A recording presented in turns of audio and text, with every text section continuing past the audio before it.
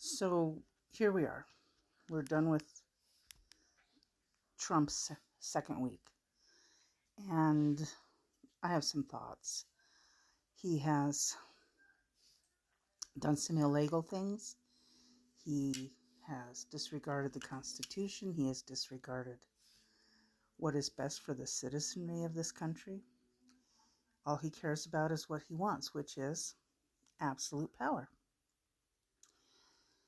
His narcissism refuses him to handle when people disagree with him.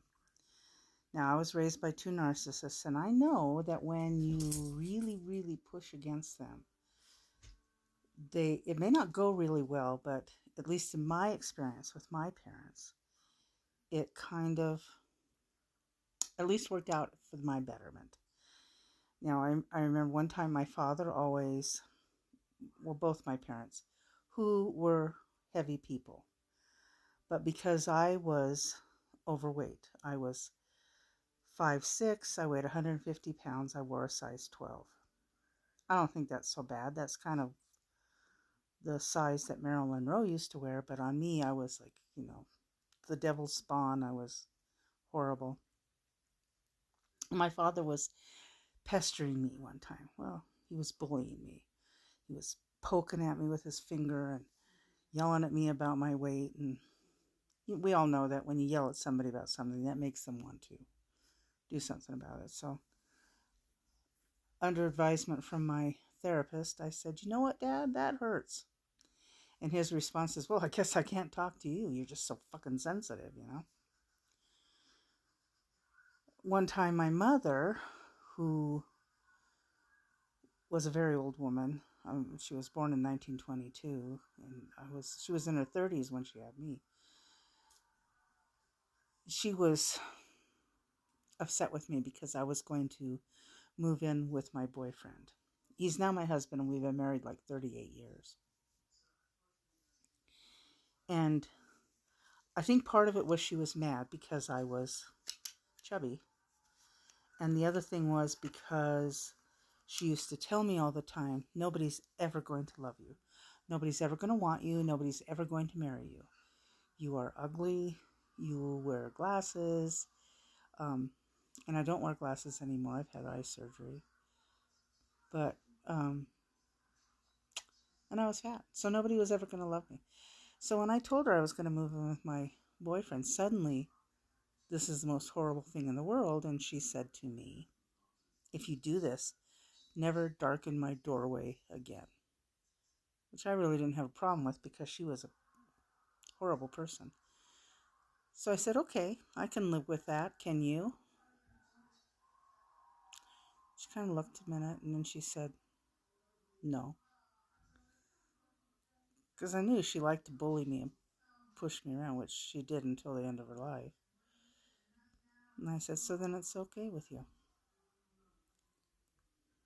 "Oh, I guess." She backed down. But most of the time, she did not.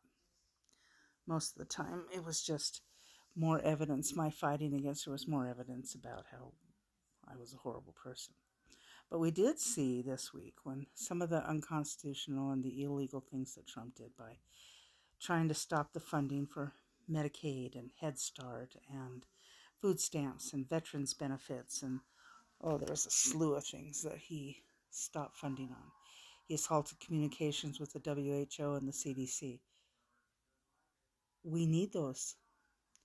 And I know that part of Project 2025 was getting rid of the National Weather Service, so we're not going to know about diseases, food recalls, anything. He's also removing pages from the CDC that tell things like what are good foods for pregnant women to eat. Now, they want these women to produce babies, but they don't want them to have information about doing that. I mean, none of this makes sense. They want to remove all information from the CDC about helping transgender people with the things that they need to transgender, to improve their lives. It's crazy. But I did notice that when the American people stood up and roared about these cuts to grants and funding, affecting truly, truly the most vulnerable people, older people, people who are on welfare, who have absolutely no money, the impoverished. And Trump's like, fuck you. I've got my billions. You can go off and die. Which is often the feeling I get from him. For somebody my age and with disabilities and everything else that's going on in my life, I know that he could give a rat's ass about any of us. If you don't have the money to kiss his ass, he doesn't care. The media is caving into him. ABC already paid him a bribe. I hear that Zuckerberg's going to be paying him a bribe. And CBS is going to pay him a bribe. They can win these lawsuits, these frivolous, stupid-ass lawsuits that he's imposing on these people to try to make them buckle. They're like, well, if we fight him, we won't have access to him. Why do you care if you have access to him? He's lying. The media should be standing up and forcing him to face he is lying and that we know he's lying. But even the media is buckling. Nobody's going to save us. Nobody's going to help us. We have to do it ourselves. That means we need to continue to communicate. We need to continue to fight. We need to continue to stand up. And he's made rumblings about maybe the power grid will go out. If he can plunge us all into darkness where we can't communicate with each other, we can't listen to the radio or the TV and hear news, then he's going to have even more control over us. He's a wicked, cruel, evil bastard. But I do know that when we stand up to him, he does tend to, at least with these cuts and stuff, he kind of took a step back. A judge has ordered a stop on it, and we will see what happens with that lawsuit.